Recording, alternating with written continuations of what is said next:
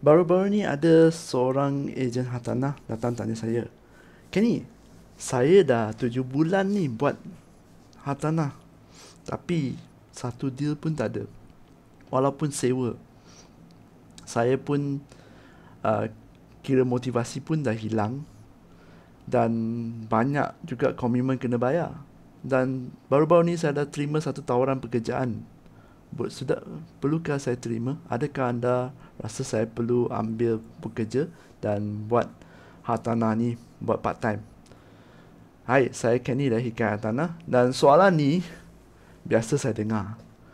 Dalam setahun lebih buat hartanah, adalah 2-3 ejen yang macam ni datang pada saya, meluahkan perasaan, curhat katakan.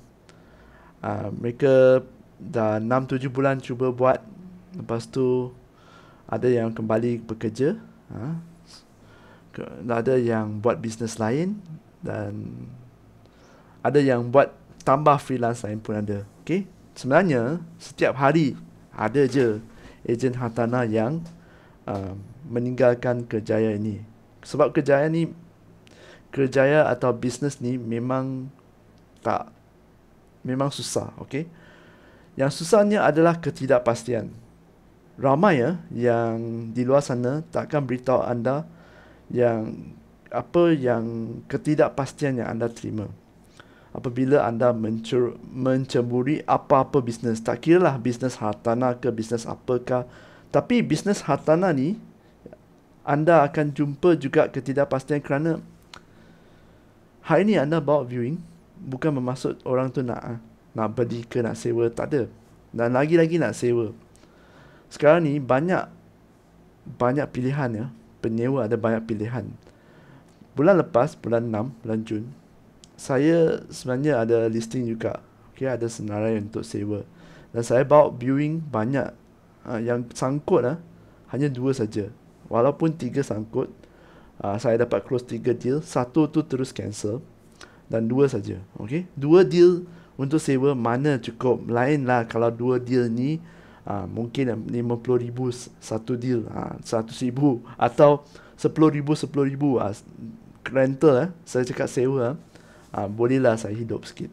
Okay, jadi apabila anda tanya soalan ni kepada saya, jawapan saya adalah senang saja. Pergilah buat untuk diri anda sendiri. Okay, hartanah ni memang boleh buat part time. Siapa yang beritahu anda tak boleh buat part time tu, part time takkan berjaya tu, percayalah, mereka bukan anda. Dan anda dengar saja dan buat keputusan untuk diri anda sendiri. Hari ni komitmen semua anda kena bayar tau, bukan orang lain yang bayar. Bukan leader anda, bukan saya. Saya hanya bagi petunjuk saja. Okay, jadilah pergilah kerja, ambil kerja tu sekurang-kurangnya anda dapat memenuhi keperluan asas dahulu. Keperluan asas ni apa? Keperluan asas ni seperti tempat melindung, makan, minum. Lepas tu nak buat kerja, bil telefon, petrol, senggar kereta. Ini adalah komitmen asas kita. Okay, leader anda tak tahu komitmen anda.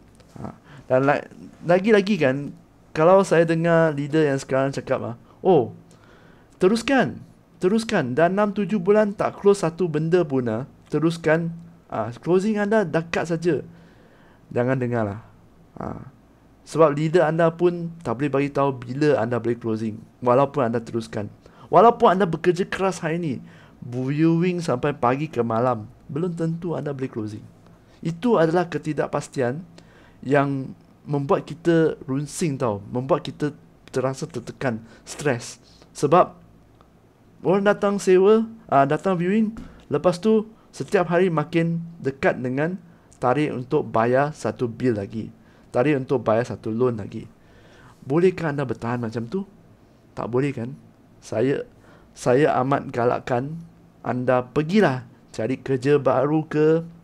Okay, lepas tu hari Minggu, Sabtu, Ahad pergi buat hartanah kalau anda masih nak buat. Kalau anda rasa kerja adalah lebih sesuai untuk anda dan hartanah anda dah cuba, dah cukup, boleh lepaskan saja. Anda buat apa yang terbaik untuk diri anda sendiri. Okay, Bisnes hartanah ni akan ada selama-lamanya di sini. Okey, anda bila-bila masa pun boleh balik. Tak kisahlah anda dah bersara ke 60 tahun ke 65 tahun, anda nak balik, anda boleh balik. Sekarang anda fikirkan untuk diri anda sendiri.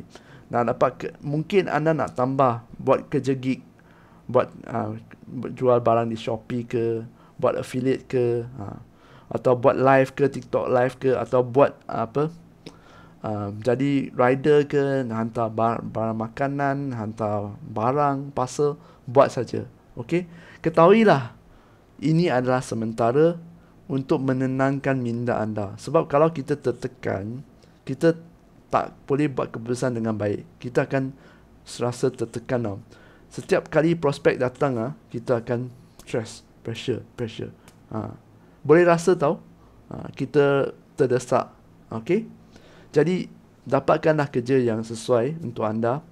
Dan kalau ada saja, yang terbaik adalah kerja yang anda buat hari ini, mungkin anda dapat bayar akhir bulan. Banyak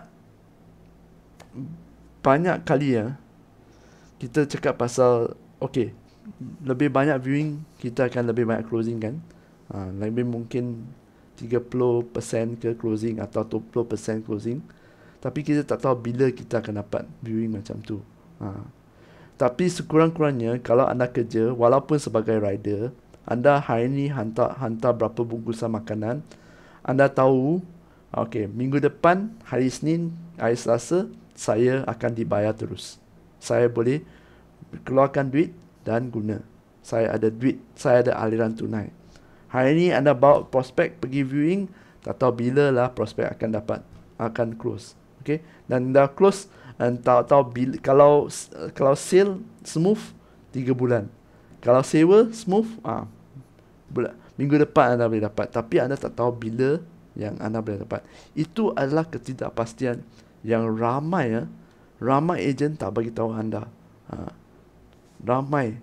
Jadi ketidakpastian ni akan menjadikan anda tertekan dan terdesak. Okey? Jadi saya harap sedikit sebanyak perkongsian saya telah membantu, terutamanya anda ejen hartanah yang baru. Ingat, jaga kepuluhan anda dahulu. Kepuluhan asas anda dahulu. Kalau anda nak balik kerja, sila balik kerja. Okey?